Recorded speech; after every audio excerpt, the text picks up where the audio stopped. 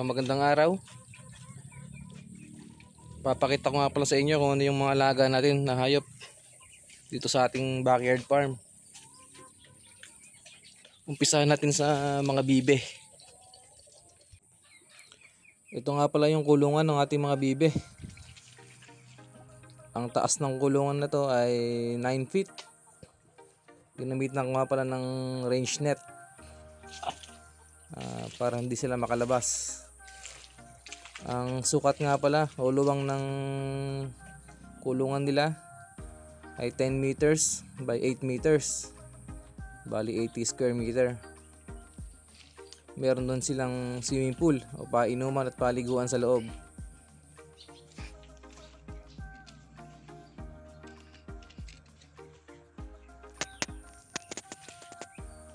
Ang mga nakakulong nga pala dito ay yung mga pambenta natin. Pwedeng pangkatay, pwedeng pangalaga. Meron din silang kasamang mga manok dito, pero konti lang yung mga native na manok na yan. Sinama ko na lang dito para hindi rin pawala-wala sa labas. Dito ko nga pala nilalagay yung mga sisiw na lumaki na sa ating brooder pen. Sinasama ko na dito sa ating mga growers. Mapapansin nyo na iba-iba ang kulay ng ating mga alaga dito. Hindi tayo masyadong nag-focus sa breeding ng mga rare colors, kasi nga mas mabenta sa atin ang mga pangkatay. Kaya kahit anong kulay na lang ang pinagbi-breed natin. Bahala na sila kung anong ilabas nilang kulay. Ang importante ay malalaki ang ating mga breeder. Barako at ang inahin kailangan malaki, para malaki rin ang kanilang mga ilalabas na anak. At syempre, i-sure natin na yung mga breeder natin ay hindi magkakamag-anak o magkakapatid, para maiwasan natin yung inbreeding. Ito nga pala yung ating mga breeder. Nasa labas lang sila ng kulungan para kahit anong gusto nilang kainin ay makakain nila, gaya ng mga damo at iba't ibang dahon. Healthy rin kasi yon. At ito naman yung ating mga inahin na naglilimlim o namimisa. Bale parehas nga pala sila na 12 piraso ang itlog na nililimliman.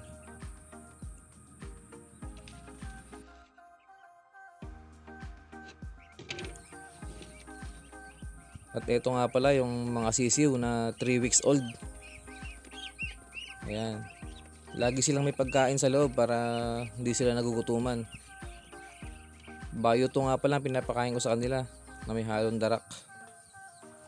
Ito naman yung kasalukuyan na yung itlog pa lang. Meron pa lang siyang 4 na itlog. At ito naman yung ating bagong pisang inahin. Meron siyang 12 na sisiw. At 2 days old pa lang mga yan. Bayuan nga pa lang pinapakain ko sa mga yan na may halo ring darak. Ito naman ang ating mga kambing. Bale 3 babae nga pala ito at 1 barako o bulugan. Bower nga pala yung bulugan ko at yung mga babae ay mga upgraded lamang. Ito naman yung isang inahin na native lang. Ayan, makita mo naman sa katawan na maliit lang siya. 18 kilos lang siya nung hindi pa siya buntis. Hiniwalay ko na siya sa kulungan kasi nga baka masuwag pa nung barako natin.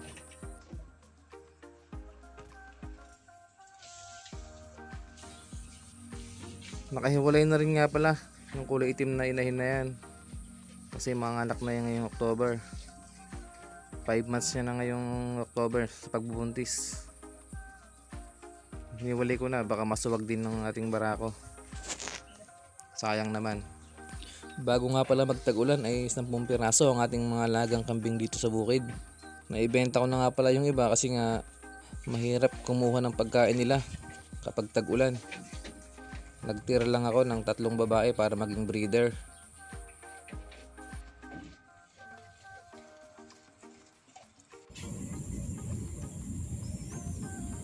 At ito nga pala yung ating fish pan.